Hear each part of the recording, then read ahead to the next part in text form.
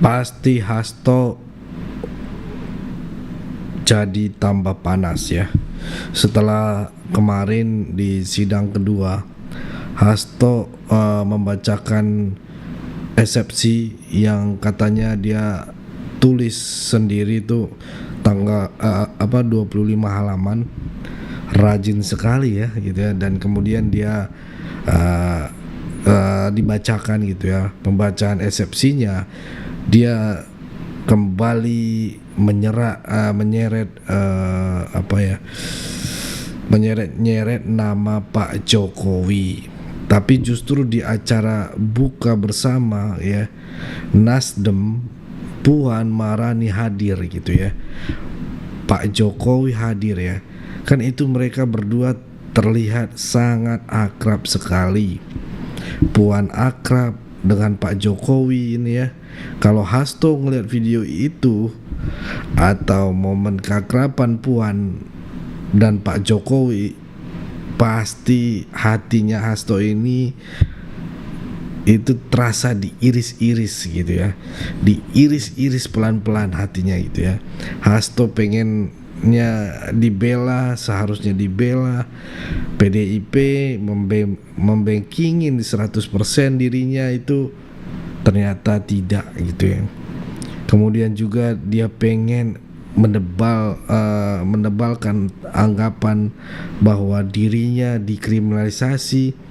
Pak Jokowi itu ternyata tidak bisa, teman-teman ya.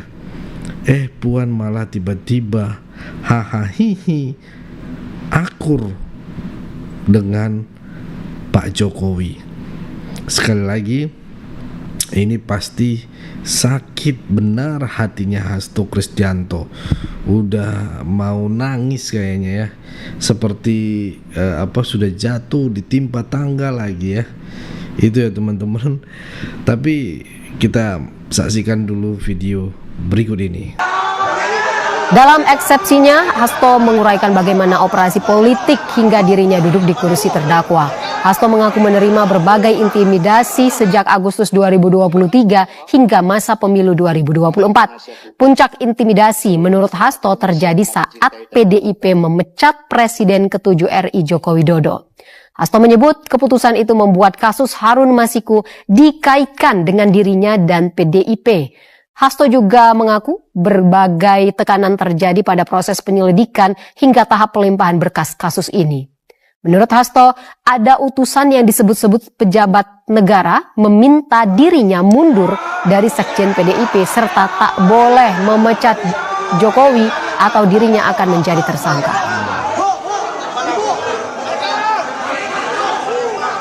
Pasca wawancara tersebut, tekanan terhadap saya semakin meningkat. Terlebih pada periode 4-15 Desember 2024 menjelang pemecatan Bapak Jokowi oleh DPP PDI Perjuangan setelah mendapat laporan dari Badan Kehormatan Partai. Pada periode itu ada utusan yang mengaku dari pejabat negara yang meminta agar saya mundur, tidak boleh melakukan pemecatan atau saya akan ditersangkakan dan ditangkap. Dan akhirnya pada tanggal 24 Desember 2024, yakni 1 minggu setelah pemecatan para kader partai, pada pagi harinya dibocorkan terlebih dahulu ke media, dan pada sore menjelang malam saya ditetapkan sebagai tersangka bertepatan dengan malam Natal ketika kami sedang merencanakan ibadah misa Natal setelah hampir 5 tahun tidak bisa merayakan Natal bersama keluarga secara lengkap. Nah ini nih, momen buka puasa yang diadakan oleh Partai Nasdem ini merekam keakraban Pak Surya Paloh, kemudian Pak Jokowi, berikut Ibu Puan Maharani yang ada di satu meja bercengkrama dengan sangat hangat. Ini pastinya akan membuat Hasto Kristianto semakin ingin menangis sekarang juga, ya kan?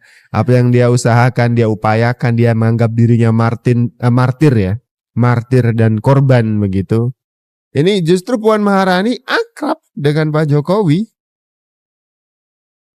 Jadi terima kasih teman-teman dan seluruh masyarakat Indonesia yang cintai.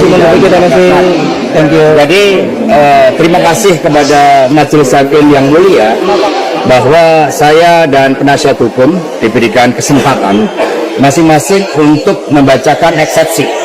Dan saya sendiri saya tulis tangan di rumah tahanan, ada 27 lembar yang ketika diterjemahkan di dalam buku ini menjadi 20 lembar. Ini menunjukkan suatu spirit yang bekerja untuk menegakkan keadilan. Dan di dalam perspektif ideologis dan historis tadi saya sampaikan bahwa keadilan itu merupakan suatu cita-cita dari seluruh anak bangsa yang merindukan kemerdekaan, yang menjadi suatu semangat. Mengapa para pahlawan bangsa berjuang, mengapa para petani berjuang, karena untuk mendapatkan keadilan. Sekiranya kita mengabaikan berbagai praktek-praktek ketidakadilan, maka kita sama saja dengan membunuh masa depan kita sebagai bangsa. Karena itulah keadilan itu sangat hakiki, melekat dengan prinsip ketuhanan, kemanusiaan, demokrasi, kebangsaan, dan juga keadilan sosial itu sendiri. Saya mengucapkan terima kasih kepada rekan-rekan pers dan kepada seluruh akar rumput partai, anak ranting PAC, DPC, tetap tenang, terus bersemangat, berikan dukungan loyalitas tertinggi kepada Ketua Umum kita, Ibu Megawati Soekarno Putri, di dalam mengabdi kepada bangsa dan negara dan menjalankan tugas-tugas internasionalnya. Terima kasih. Hal-hal yang lain nanti di Bahkan pada tanggal 31 Agustus 2019, Saudara HK menemui Wahyu Setiawan untuk dan meminta memenuhi dua usulan yang diajukan oleh Saudara HK, yaitu yang pertama adalah Maria Lestari, Dapil 1 Kalbar, dan Harun Masiku, Dapil 1 Sumsel. Anggota DPR RI periode 2019 hingga 2024 dan 2024 hingga 2029 dari PDIP, Maria Lestari, turut menjadi sorotan Komisi Pemberantasan Korupsi dalam kasus yang menyeret Sekretaris Jenderal PDIP, Hasto Kristianto. Nama Maria Lestari sempat disebut oleh Ketua KPK, Setio Budianto, saat pengumuman penetapan tersangka Hasto Kristianto terkait kasus suap pergantian antar waktu atau PAW Harun Masiku. Selain Harun Masiku, Hasto ternyata juga mengajukan nama lain untuk PAW, yakni Maria Lestari yang merupakan anggota DPR RI periode 2019 hingga 2024 Dapil 1 Kalimantan Barat. KPK tak menutup kemungkinan untuk mendalami proses PAW Maria Lestari jika ditemukan alat bukti. Bahkan pada tanggal 31 Agustus 2019, Saudara HK menemui Wahyu Setiawan untuk dan meminta memenuhi dua usulan yang diajukan oleh Saudara HK, yaitu yang pertama adalah Maria Lestari, Dapil 1 Kalbar, dan Harun Masiku, Dapil 1 Sumsel. Ini yang berhasil hanya untuk yang Kalbar saja. Sebagai informasi, Maria Lestari menggeser posisi ex-caleg PDIP Alesius Hakim dari pelantikan anggota DPR RI pada 2019. Pada Pileg 2019, Alesius yang juga caleg DPR RI Dapil Kalbar 1 meraup 38.750 suara, sedangkan Maria mendapat 33.006 suara. Maria Lestari adalah politikus yang berasal dari Partai Besutan Megawati Soekarno Putri, yakni PDIP. Pada periode 4-15 Desember 2024 menjelang pemecatan Bapak Jokowi oleh DPP PD Perjuangan setelah mendapat laporan dari Badan Kehormatan Partai. Pada periode itu ada utusan yang mengaku dari pejabat negara yang meminta agar saya mundur, tidak boleh melakukan pemecatan atau saya akan ditersangkakan dan ditangkap. Dan akhirnya pada tanggal 24 Desember 2024, yakni 1 minggu setelah pemecatan para kader partai, pada pagi harinya dibocorkan terlebih dahulu ke media, dan pada sore menjelang malam saya ditetapkan sebagai tersangka bertepatan dengan malam Natal ketika kami sedang merencanakan ibadah misa Natal setelah hampir 5 tahun tidak bisa merayakan Natal bersama keluarga secara lengkap. Tekanan yang sama juga pernah terjadi pada partai politik lain yang berujung pada penggantian pimpinan partai dengan menggunakan hukum sebagai instrumen penekan. Bahkan proses penetapan tersangka terhadap saya diwarnai pula oleh aksi demonstrasi oleh kelompok masyarakat yang tidak dikenal, aksi pemasangan spanduk yang menyerang partai, serta rekayasa gugatan untuk menggugat keabsahan pimpinan partai. Bahkan operasi politik terhadap saya sampai harus menggunakan lembaga survei untuk menggiring opini publik. Salah satu media, yakni inilah.com, telah mendapatkan sanksi dari Dewan Pers karena melanggar kode etik jurnalistik ketika ketika menurunkan berita yang menuduh saya kasak kusuk cari maklar untuk mengatur pra-peradilan. Sebelumnya, pada tanggal 26 Maret 2024, saya juga sempat dilaporkan ke Polda Metro Jaya dengan tuduhan penyebaran berita bohong dan hoaks dalam wawancara saya di Kompas TV dan SCTV. Ketika saya selesai memenuhi panggilan Polda Metro Jaya pada tanggal 4 Juni 2024, pada hari yang sama, di sore harinya, media memberitakan bahwa KPK telah mengeluarkan surat panggilan untuk saya. Pelaporan di Polda Metro Jaya tidak berlanjut karena Dewan Pers melalui saudara Yadi Hendriana selaku Ketua Komisi Pengaduan dan Penegakan Etika Dewan Pers menyatakan bahwa wawancara itu adalah produk pers yang tidak bisa dipidanakan. Wawancara itu sendiri berisi kritik saya sebagai Sekjen PDI Perjuangan yang menyampaikan sikap politik resmi partai terhadap kemunduran kualitas demokrasi dan penegakan konstitusi di Indonesia. Majelis Hakim yang mulia, kedua, hal yang ingin saya sampaikan berkaitan dengan pokok perkara yang dituduhkan kepada saya ini telah dilakukan proses pengadilan yang telah memiliki kekuatan hukum tetap. Di dalam putusan nomor 18/Pitsus TPK 2020 PN Jakarta Pusat dengan terdakwa Saiful Bahri dan putusan nomor 28/Pitsus TPK 2020 PN Jakarta Pusat dengan terdakwa 1 Wahyu Setiawan dan terdakwa 2 Agustiani Tio Fridelina, tidak ada amar putusan yang menyatakan keterlibatan atas diri saya. Dalam kesaksian di bawah sumpah di pengadilan, Saiful Bahri justru terungkap bahwa bahwa saya melakukan teguran keras, dalam kesaksian di bawah sumpah di pengadilan Saiful Bahri justru terungkap fakta hukum bahwa saya melakukan teguran keras terhadap saudara Saiful Bahri ketika mendengar yang bersangkutan meminta dana ke Harun Masiku. Kesaksian saya tersebut juga dibenarkan oleh saudara Saiful Bahri. Demikian halnya keterlibatan saudara Doni Tri Istiqomah sebagai lawyer Harun Masiku pasca dikabulkannya judicial review dan fatwa Mahkamah Agung terjadi atas kesepakatan antara saudara Doni Tri Istiqomah dengan Harun Masiku. Saudara Doni lah yang pada awalnya mengajak Saiful Bahri. Hal tersebut juga tertuang dalam BAP saya pada tahun 2020 yang telah digunakan pada sidang pengadilan sebelumnya. Konstruksi kasus Harun Masiku ini sebenarnya sangat sederhana, meski tidak sepenuhnya tepat, namun dapat dianalogikan dari seseorang yang terkena tilang di perempatan jalan karena diindikasikan melanggar aturan lalu lintas.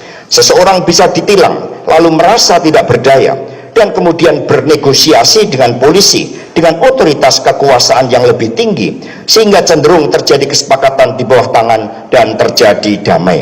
Termasuk memeriksa keluarga Pak Jokowi. Terima kasih. Merdeka. Awal saya katakan bahwa sebagai Sekjen PDI Perjuangan saya dengan kepala tegak siap menerima konsekuensi apapun bagi Indonesia Raya kita, karena Indonesia dibangun dengan pengorbanan jiwa dan raga. Kita adalah negeri pejuang, sehingga saya tidak pernah menyesal. Saya akan terus berjuang dengan api semangat yang menyala-nyala.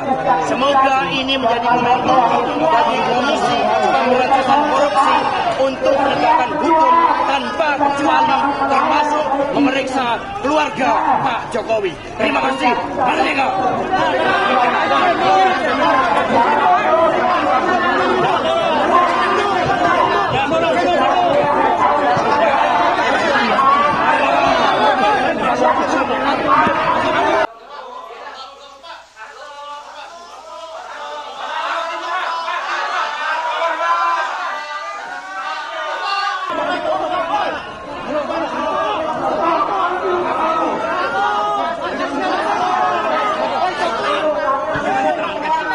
Ya, itu tadi videonya teman-teman.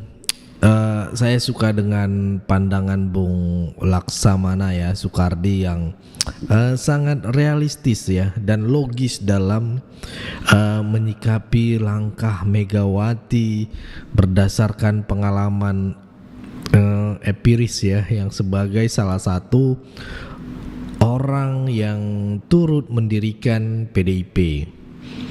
benar gitu ya adanya bila Megawati ini dibilang haus kekuasaan sempit yang justru melulu lantangkan gitu PDIP sendiri itu kan, karena ya perilaku Megawati sangat kontradiksi gitu dengan ajaran Bung Karno gitu ya. Itu ya teman-teman yang bisa saya sampaikan pada kesempatan video kali ini. Coba teman-teman komen ya. Ini saya bacakan dari komen-komen teman-teman yang pertama kali komen ya. Kusumo Wibowo 2105. Kalau presiden membebaskan Hasto, Megawati tambah merasa jadi ratu. Wis, bener juga nih.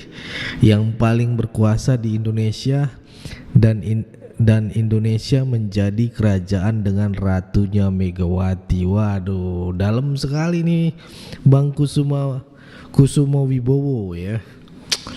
Ini komentarnya jelas ya. Ya, kalau dipikir-pikir masuk juga gitu ya teman-teman.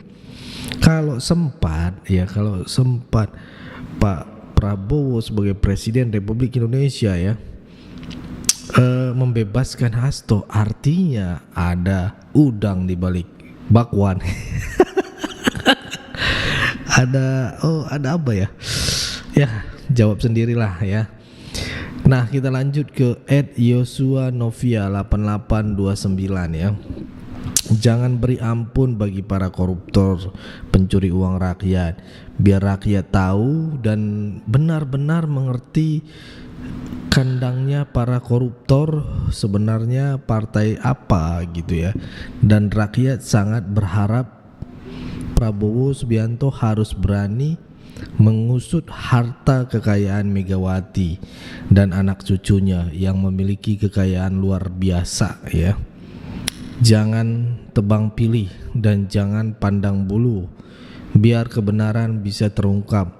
Para koruptor yang mencuri uang rakyat, yang benar-benar menyesarakan rakyat Indonesia. Oke, itu dari Bang Yesa Novia 8829 ya teman-teman. Itu komen-komen ya teman-teman, komen juga ya, berikan komentar kalian, masukan dari video berikut ini yang saya bagikan. Buat kalian tetap jaga persatuan Indonesia, jangan mau dipecah belah, jangan mau diadu domba, karena NKRI harga mati. Saya Leonardo Sirait mohon undur diri, bye bye.